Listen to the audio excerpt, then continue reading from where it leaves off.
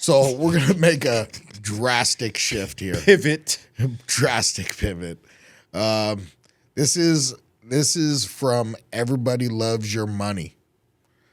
8 relationship ties that are holding you back from having real love.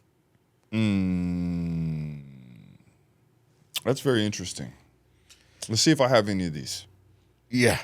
So finding real love can feel like a daunting journey, especially when societal pressures, past experiences, and self-doubt cloud your perspective. Often the roadblock isn't external. It's the lies we've come to believe about relationships that keep us from experiencing authentic love. These misconceptions can create unrealistic expectations, unnecessary fear, and even sabotage your chances of building meaningful connections. Let's uncover 8 relationship lies that may be holding you back and how to overturn them. Okay. 1, I have to be perfect to be loved. One of the biggest relationship lies is believing you need to be flawless to deserve love. Perfectionism puts unnecessary pressure on yourself and potential partners. True love isn't about being perfect. It's about it's about being authentic and vulnerable. When you embrace your imperfections, you give others permission to do the same, creating a deeper bond. Remember, flaws make you human, relatable, and lovable. Let go of the need for perfection and focus on being your true self. Yeah, I believe in that wholeheartedly, man. 100%. Like, if you should be able to be yourself, you should also, wherever you're at the moment, you're worthy of being loved. I think it's a big thing, though. It's like you have to have consideration for your partner and who you're around. And I think if you are in a situation in which you can fully just let it all hang out and without being reserved at all, that's a blessing, you know. But I don't know how common that is. I think it's very common if you don't have a relationship, and when you have a relationship, like if you do that, probably not going to have a very long relationship. Unless and like there's those people like I envy them, bro, that they got that. There's some relationships that's just like that they people just accept them for who they are So and is don't that care. finding the perfect person? Damn, Maybe. is it? Dang, maybe. I mean, it must jive for that other person. So 2, love should be effortless. The idea that love should happen naturally without any effort is a harmful misconception. Healthy relationships require work, communication, and compromise to thrive. Challenges and disagreements don't mean the relationship is failing. They're opportunities to grow together. Expecting love to be easy sets you up for disappointment when it really hits. Instead, view effort as an investment in your relationship's longevity. The strongest relationships are built on mutual effort and intentionality. So I always thought it should just work, right? I always kind of thought it should just work. I feel like depending on the intensity of an argument, I feel insecure. Like I feel like instability because it's disharmonious. Yeah. Right? I feel like, you know, and maybe it's just because some people don't know this about me yet, but yes, I'm an idealist. So like often I see things how they should be as to how they really are. That's because I believe in people. Yeah. And like I just want to believe in humanity. But yeah, man, I think that it is all a part of it. I really like what it says there about how they're an opportunity to grow together. Like, so when you have some kind of disagreement or a challenge, yeah, if truly loving someone means those challenges you make the opportunity to grow together They don't as about They don't feel like opposed that, to though. apart. They don't feel like an opportunity when it's happening. Yeah, but if you know that that's what it is, if I had a disagreement with you, the whole time I'm like, all right, first off, we're having a disagreement, but I'm holding space that we're going to get through this challenge and it's going to make us stronger, right? I know that in the back of my head. You know that in the back of your head too. So then when you approach it, the one thing you don't do is pull out all your weapons. You approach it from a better perspective because at the other side of this, hey man, we're still going to be moving forward. We're going to be growing, right? Yeah. So we didn't go so far as to cut off each other's legs or something. Yeah, I dig it. All right, number 3. I'll be happy once I find the right person. Believing someone else can complete you is a dangerous mindset that puts your happiness in someone else's hands. I'm going to say that one again. Yeah. Believing someone else can complete you is a dangerous mindset that puts your happiness in someone else's hands. Real love comes from 2 whole individuals coming together, not one person filling a void. If you rely on a partner to make you happy, you risk losing yourself in the relationship. Focus on building and fulfilling life independently before seeking love. When you're happy on your own, you're more likely to attract someone who complements your life. That sounds really nice. As me being an idealist, that sounds ideal, but it doesn't sound realistic. Yeah. Like if you got the patience for that, cool. But say you're 43. Yep. Are you up here right now? Let me focus on fulfilling my life independently before seeking love, maybe. But if something pops up in front of you, are you going to be like, I'm sorry, baby, but I need to focus on building and fulfilling life independently before we get to know each other better? Highly unlikely. Yeah. No? I know what you're saying, but I do believe in what it's saying is if you don't have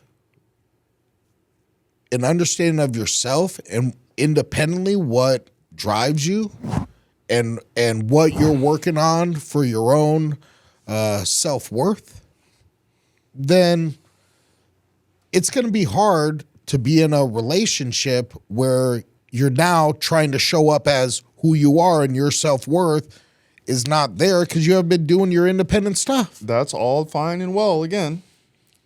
But there's the life is hard thing, right? And it's like life is easier with a partner thing. Oh, that's true too. And it's just like being alone is hard, bro. Yeah. Like when something comes about that looks like it makes sense and it makes you feel good. Yeah, then that's probably a good thing. I mean, it's hard to decline. It's like if for me, that's a gamble that I'm always willing to take. Yeah, because there is also the thing where it's like you shouldn't try for it. It should just show up for you. Like it'll show up for you when you're not least expecting it, is what they say. It's true. Right? It's true. And so, but to me, what that means is you're doing what you're supposed to be doing independently, which is what manifests that right person to show up. That's how I take this thing. Just like we're going through doing these podcasts. I got these different business ventures I'm doing. I'm snowboarding. I'm doing this stuff for me. I'm like on my path. I'm feeling good about my own self-esteem and what I'm doing for myself independently. Well, doing those things, I believe it'll source the right lady to come into my world. 100%. And I think that's what it's trying to say. Interesting. 4, fighting means we're not meant to be. Oh, damn. This is a heavy one, right? Yeah. So if you fight, you're not meant to be together? I mean, many people assume that conflict is a sign of incompatibility. But this couldn't be further from the truth. Disagreements are inevitable in any relationship. and they can actually strengthen your bond if handled correctly. What matters is how you communicate and resolve conflicts, not whether they happen. Avoiding fights altogether often leads to resentment and unsolved issues. Yep. Healthy conflict resolution involves active listening, empathy, and compromise. Don't fear fights. Embrace them as a chance to grow closer. Damn. This is difficult for me. This is a hard one for me, man. Well, it's because you're a fighter, man. Well, because that, and I'm also like, my nature is soft. I'm a gentle nature person. Yeah. I don't like to fight. You don't like conflict. Yeah, I don't you're like. an anti-conflict Yeah, person. how do you call it? There's another word for the conflict. I'm anti. I'll remember in a second, but go ahead. Trying to think of the word. So that disagreements are inevitable in any relationship, completely true, right? It's going to happen. It may be something as simple as where we're going to go to eat tonight, right?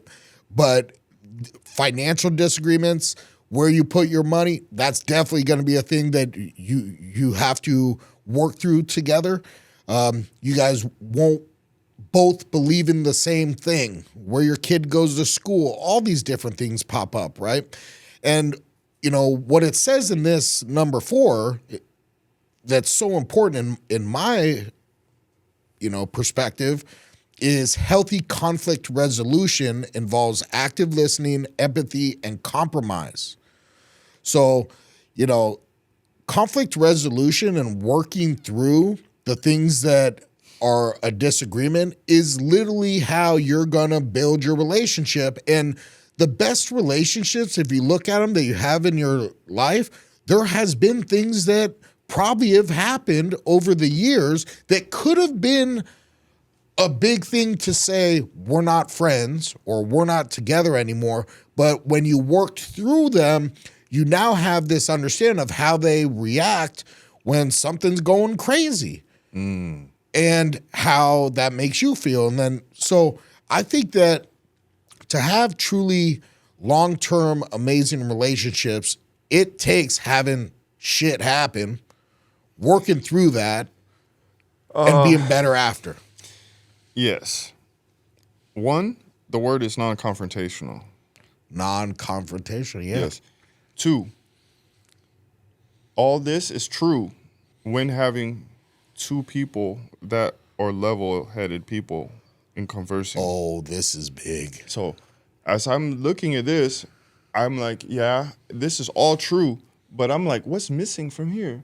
Yeah. Why won't this work? I'm like, wait a minute. Someone's not being level-headed.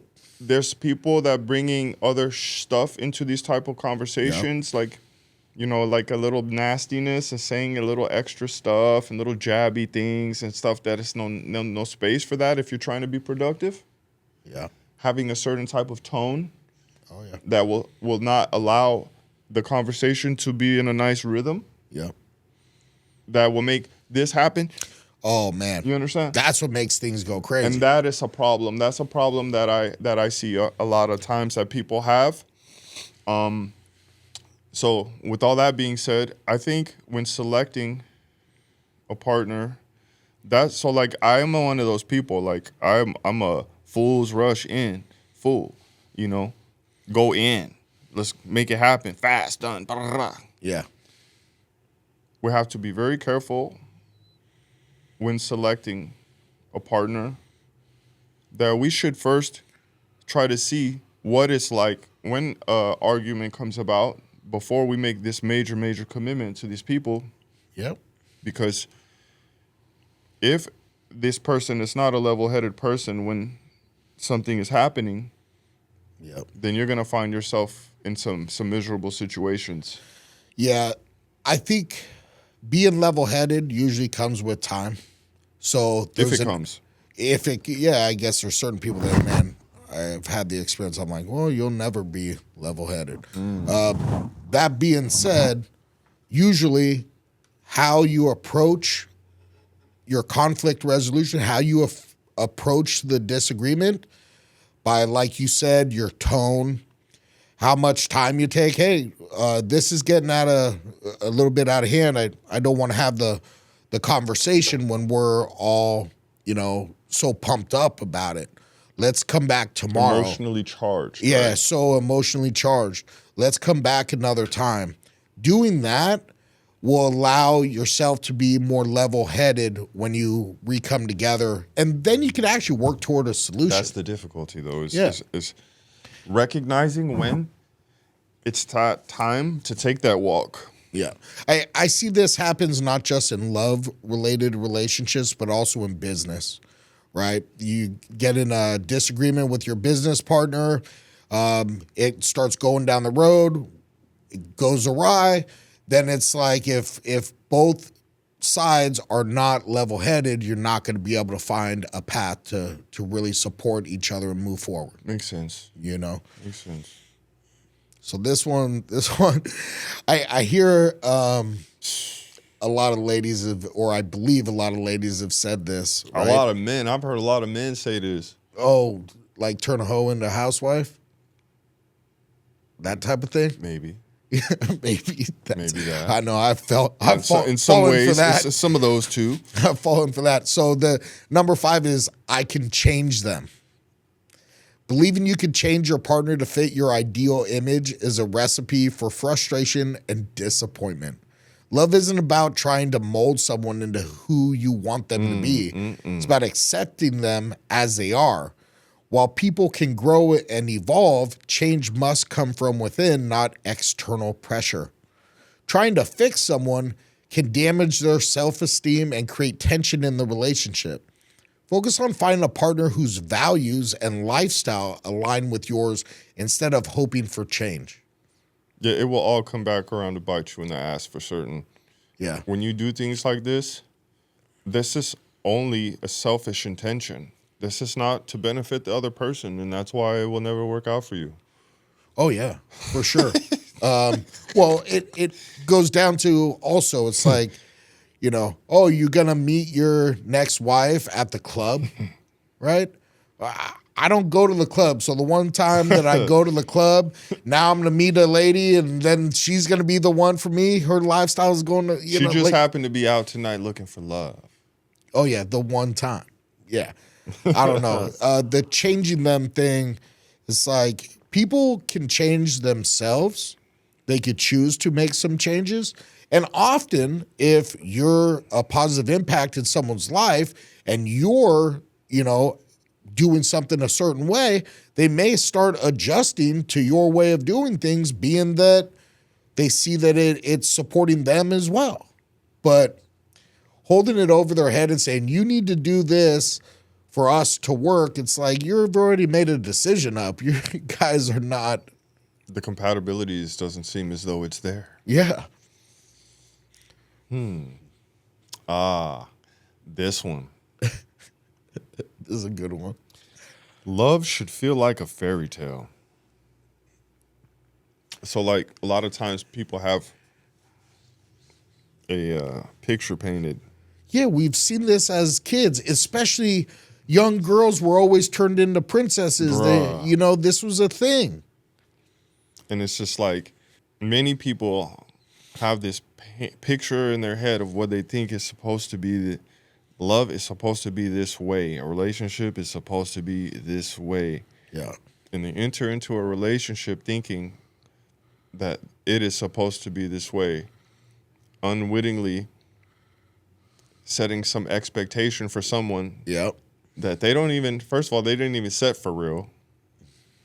And this person is trying to live up to this expectation that this person has manufactured in their head based on nothing. Well, usually it's movies, other people's experiences, something in their head of like, this is how it needs to be because I saw this Instagram post. Exactly. So romantic stories and fairy tales have set unrealistic expectations for what love should feel like. In reality, love is less about grand gestures and more about consistent everyday acts of care and commitment. Expecting constant excitement can leave you feeling unfulfilled when things settle into a routine. Yup. Real love often grows in the mundane moments, cooking together, sharing laughter, and supporting each other through challenges. Let go of the fantasy and embrace the beauty of ordinary, real life love. Man, this hit home for That was me. excellent. Yeah. I literally look at what it said about, the mundane moments, cooking together, sharing laughter, supporting each other. That's what I want. All this other stuff of like, oh, we're gonna ride horses on the beach. It's When like, yeah, that's gonna be a cool moment if we get to do it. But the simple fact is, whether we had a cool moment doing that or not, people, making dinner with you and taking a walk, an evening walk with you, should be pretty awesome. people for me. want fantasies fulfilled, brother.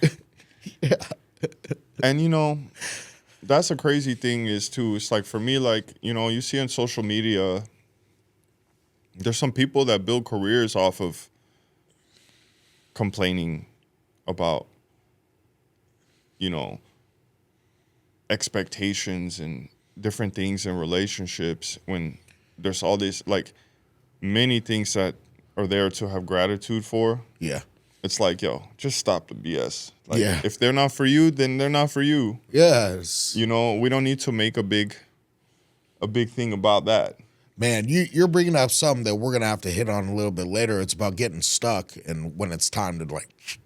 Well, I think maybe the people that do the red pill content, they're not trying to help anyone. This is not for help. You understand? Even though it comes off like we're trying It to comes help off as this, but it's like if you're only like emphasizing these things that people are complaining about and like you to get hits. and like how you say bringing awareness and casting light on these things without any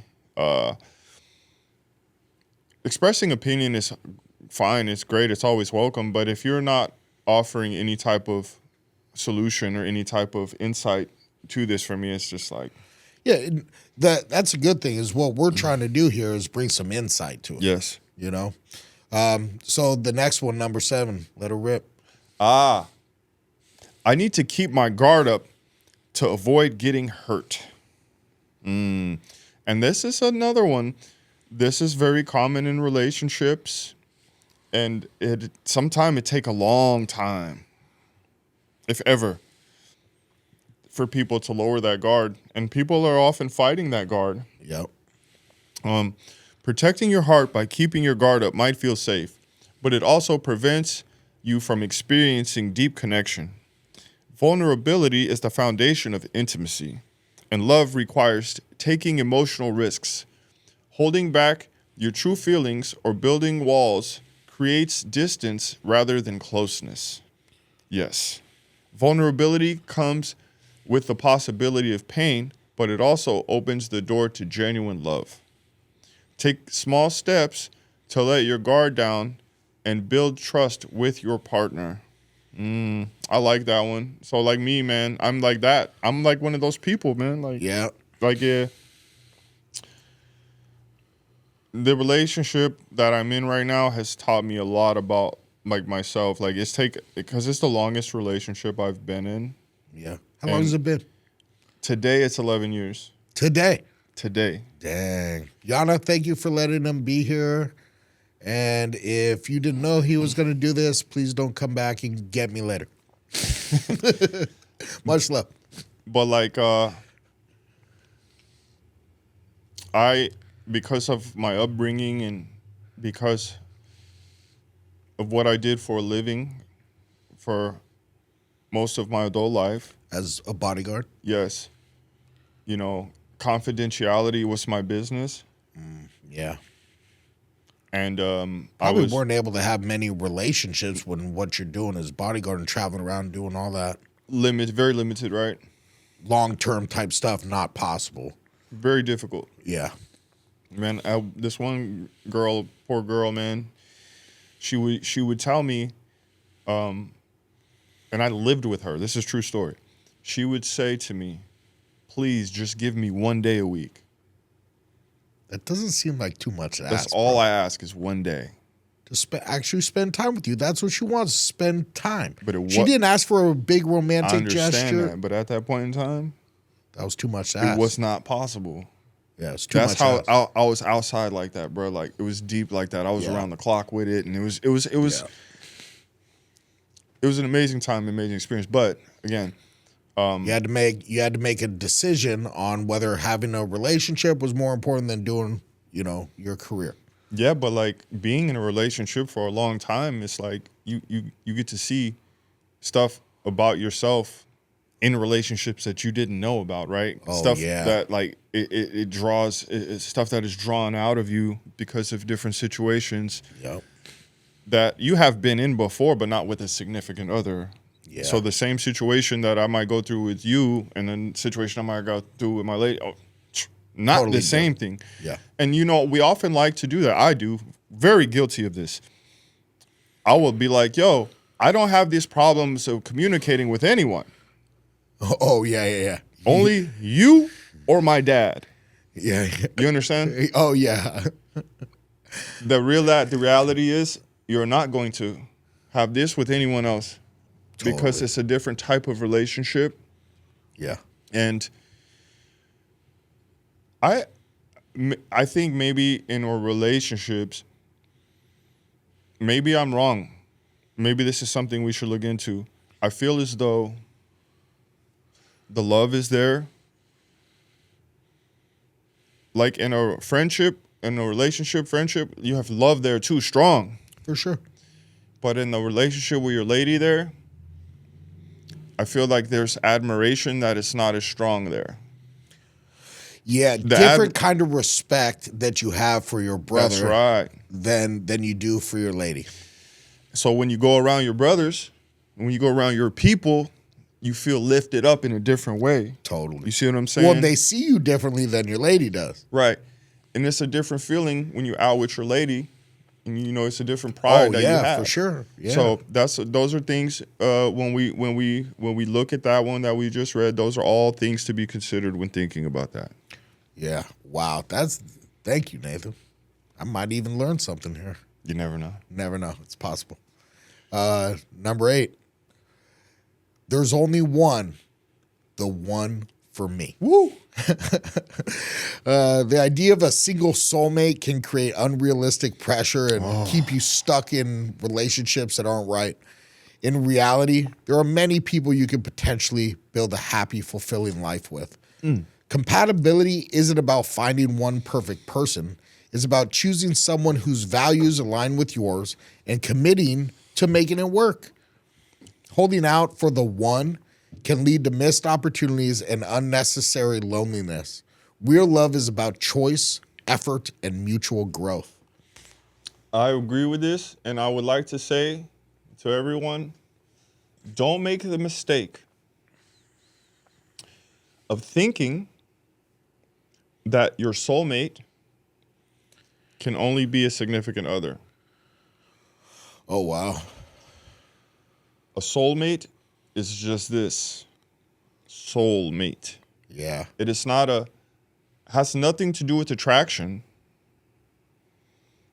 It has nothing to do with the other reasons that you like people and are attracted to them. This is something that is so much deeper than this.